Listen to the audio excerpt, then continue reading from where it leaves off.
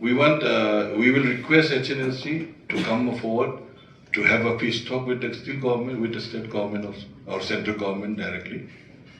It's up to we as a human being and as a state, we need peace.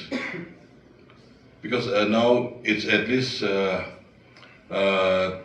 according to me, yesterday only we saw in the paper that last night only I heard that they're withdrawing. So I didn't have any comment on that first. Let us verify, then we'll let you later. We need peace, no? That's why I'm telling we need peace. I have not gone through this one because I cannot tell which is we have not gone through details. So let me have regarding this information I have not received officially. So we cannot intervene here and there. Simply we have seen in the paper. So we will take up next issue next time.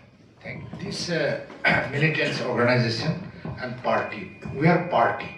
So militant organization, they have to talk with the state government, maybe central government. That is up to them. But as the state president clearly said that we want peace, and we also appeal to our militant organization to come forward and join in the mainstream and maintain the peace. That much only.